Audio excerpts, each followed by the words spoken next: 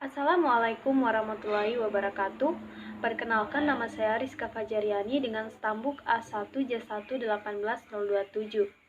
Video ini dibuat untuk memenuhi tugas laporan praktikum mata kuliah Anatomi dan Fisiologi Manusia yang diampu oleh Bapak Mustamin Balumbi SPD MSI dan dibimbing oleh asisten Kak Firang Sahid. Dalam video ini saya akan menjelaskan mengenai sistem otot yang terangkum dalam beberapa poin. Berikut kita mulai. Poin yang pertama yaitu pengertian otot serta fungsi sistem otot. Otot merupakan organ tubuh yang mengubah energi kimia menjadi energi mekanik atau energi gerak sehingga dapat berkontraksi untuk menggerakkan rangka sebagai respon tubuh terhadap perubahan lingkungan. Fungsi sistem otot antara lain yang pertama, menghasilkan gerakan pada tulang tempat otot tersebut melekat dan bergerak pada bagian organ internal tubuh. Yang kedua yaitu menopang rangka dan mempertahankan tubuh saat berada dalam posisi berdiri atau duduk terhadap gaya gravitasi. Yang ketiga yaitu menghasilkan panas untuk mempertahankan suhu tubuh normal. Poin yang kedua yaitu karakteristik otot. Karakteristik yang pertama yaitu kontrabilitas, yaitu serabut otot berkontraksi atau menegang, otot menjadi lebih pendek dari ukuran semula. Yang kedua yaitu ekstensibilitas, yaitu serabut otot memiliki kemampuan untuk menegang melebihi panjang otot saat rileks atau memanjang. Yang ketiga yaitu elastisitas, yaitu serabut otot dapat kembali ke ukuran semula setelah berkontraksi atau merenggang. Poin yang ketiga yaitu berdasarkan letak dan struktur selnya, otot dibedakan menjadi 3. Otot yang pertama adalah otot lurik, yang merupakan otot yang secara sadar atas perintah dari otak atau disebut juga volunteer dan melekat pada rangka, misalnya terdapat pada paha, otot betis, dan otot dada. Kontraksinya sangat cepat. Struktur mikroskopiknya yaitu memiliki bentuk sel panjang seperti benang atau filamen.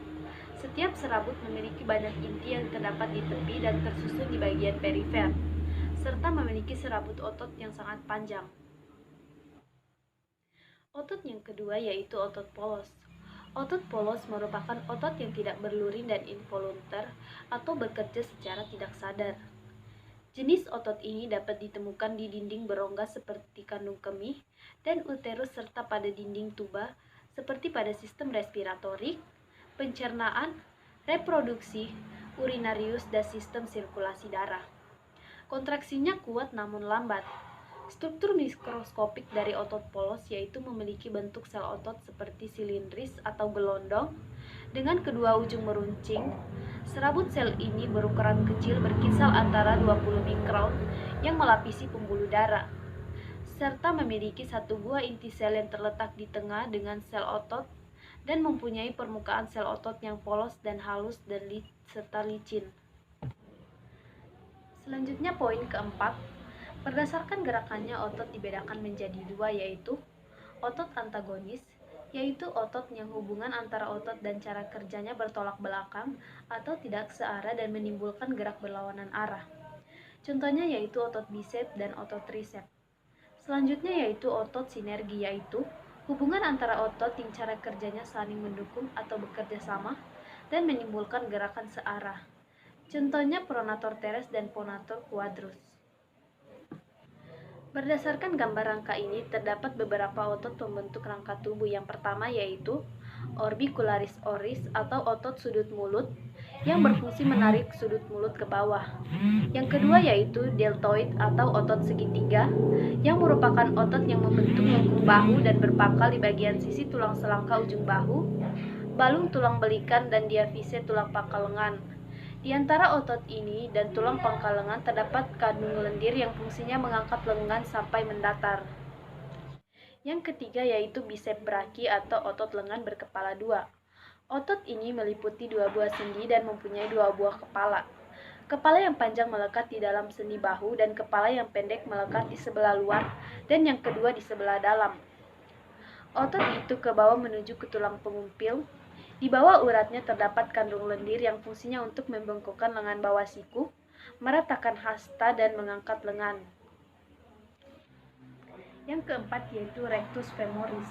merupakan salah satu dari otot paha depan dan menempel pada patella atau tutup lutut oleh tendon paha depan. Yang kelima yaitu sartorius, merupakan otot penjahit yang bentuknya panjang seperti pipa, terdapat di bagian paha dan berfungsi sebagai eksortasi femur, memutar keluar pada waktu lutut mengentul, serta membantu gerakan fleksi femur dan membengkokkan ke arah luar.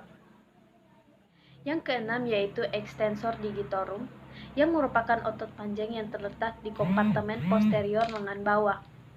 Kemudian yang ketujuh yaitu pectoralis major, yang pangkalnya terletak di ujung tengah selangkah, tulang dada dan tulang rawan iga, yang fungsinya dapat memutar lengan ke dalam dan menengahkan lengan, menarik lengan melalui dada dan merapatkan lengan ke dalam. Itulah tadi video mengenai penjelasan sistem otot manusia yang dapat saya sampaikan. Lebih dan kurangnya mohon dimaafkan. Wassalamualaikum warahmatullahi wabarakatuh.